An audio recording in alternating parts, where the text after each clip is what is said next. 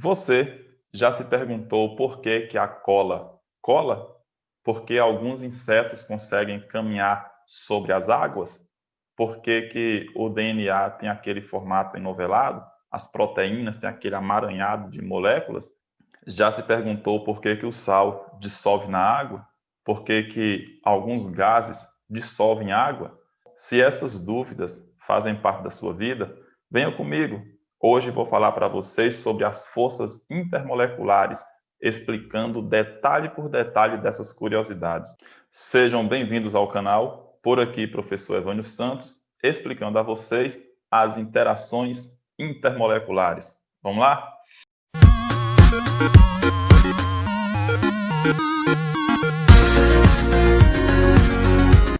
O que são forças intermoleculares? Bom, pessoal, o próprio nome já diz, são forças de natureza eletrostática que atuam entre moléculas e íons.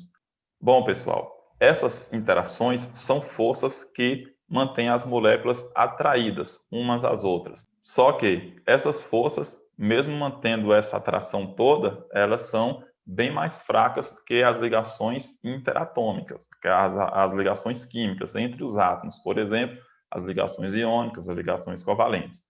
Então, só para fazer um comparativo, as ligações químicas interatômicas, as entre átomos, têm em média aí uma força entre 250 kJ por mol.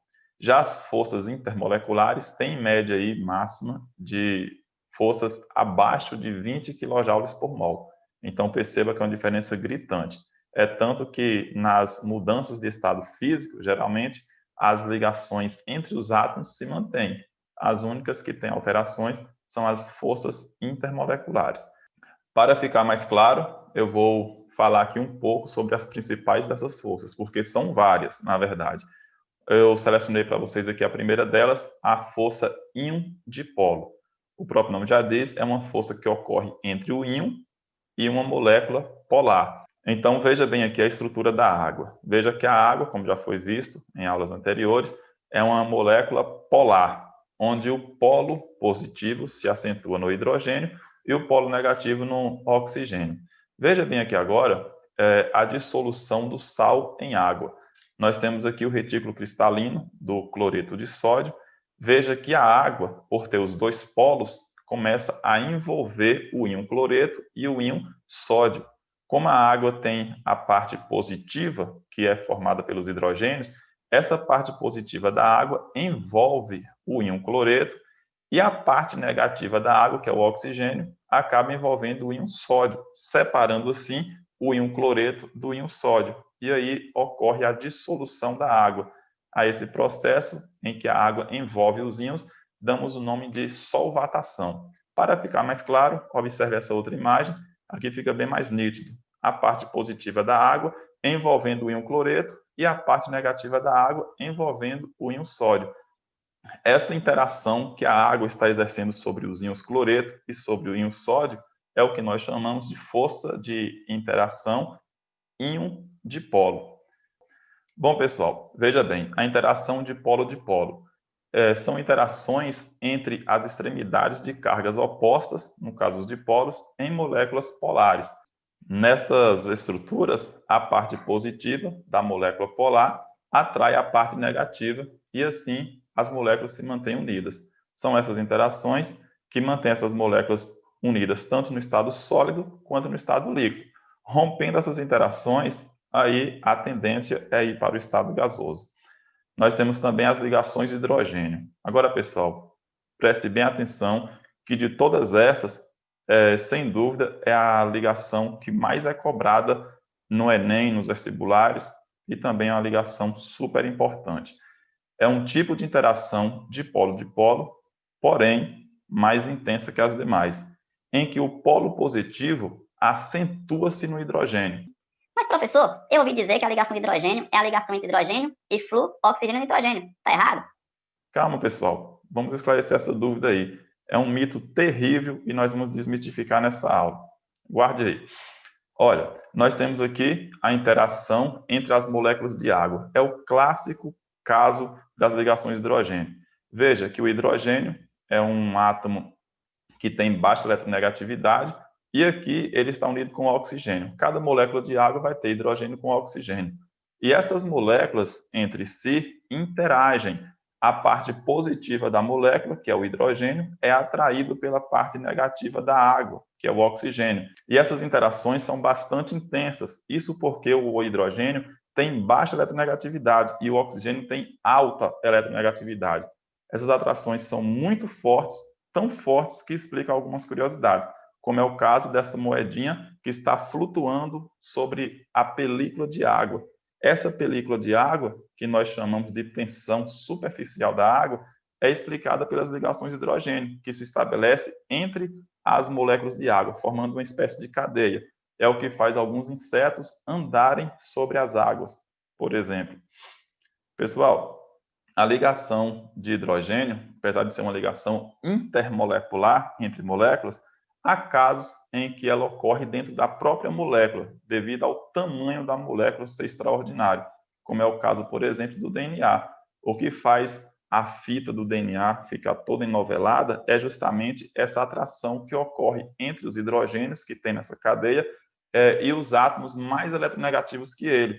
A atração é tão intensa que a molécula começa a se distorcer, ficando no formato que a gente está vendo aí.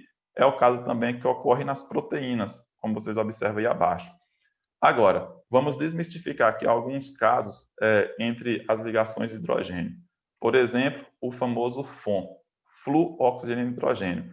Muitos autores dizem que a ligação de hidrogênio é apenas a ligação entre hidrogênio e flu, hidrogênio e oxigênio ou hidrogênio e hidrogênio.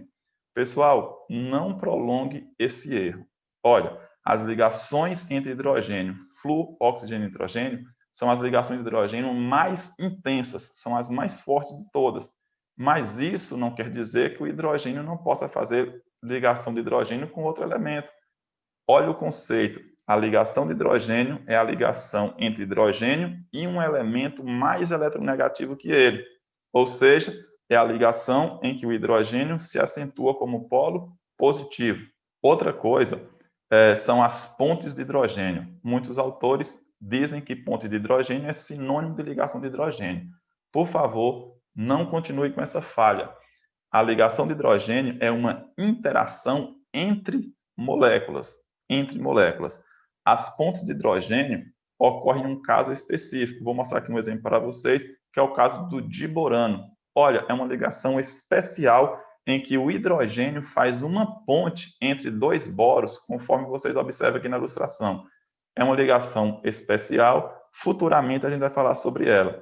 Então, neste caso, o hidrogênio está fazendo uma ponte entre dois elementos. Aqui não é uma interação intermolecular, aqui é uma ligação interatômica, é intramolecular, e o hidrogênio aqui faz exatamente o papel de ligação química e não de interação. Outra coisa, tem situações em que essas interações são tão fortes que mesmo a molécula mudando de estado físico, do líquido para o gasoso, as interações ainda se mantêm. Claro que bem fracas. É o caso, por exemplo, do fluoreto de hidrogênio, que estabelece as mais fortes ligações de hidrogênio. No estado sólido, essas ligações são bem curtas. Quando essas ligações enfraquecem, elas se distanciam e vai para o estado líquido. E quando elas se distanciam mais ainda, que na maioria das vezes elas se rompem, vai para o estado gasoso. Mas nesse caso do fluoreto de hidrogênio, por exemplo, elas vão para o estado gasoso, ainda mantendo uma certa interação entre elas. Então, lembre disso. Outra ligação intermolecular é a ligação de polo instantâneo e de polo induzido, que muitos conhecem como forças de London. Pessoal, esse tipo de interação ocorre entre qualquer molécula, mas entre moléculas apolares só ocorre este tipo de interação. Isso tem que ficar muito claro para vocês. São as interações mais fracas. Sim, mas professor, se a molécula é apolar, ela não tem polos. Se não tem polos, como que vai ter interação? Como que vai atrair? Pessoal, veja bem, nós temos aqui o que ocorre chamado uma distorção momentânea, né, da nuvem eletrônica produzindo um dipolo instantâneo. Veja que os elétrons não estão estáticos, eles estão em movimento. Mesmo a molécula sendo apolar, esse movimento de elétrons ocorre que algumas vezes pode se deslocar para uma região com mais intensidade. Isso aí gera um dipolo negativo que induz a próxima molécula a formar dipolos também. Então, o dipolo, se formou um polo negativo, forma também um polo positivo. E aí, forma-se uma cadeia de moléculas com polo positivo e negativo e mantém essa atração. É claro que isso é momentâneo, tá? Agora, existem outras interações também, pouco faladas, mas de fundamental importância. É o caso da interação pi-pi-stack. É o que mantém, por exemplo, as camadas hexagonais da grafite unidas, né? Tem também a interação dipolo-dipolo induzido. Olha que interessante.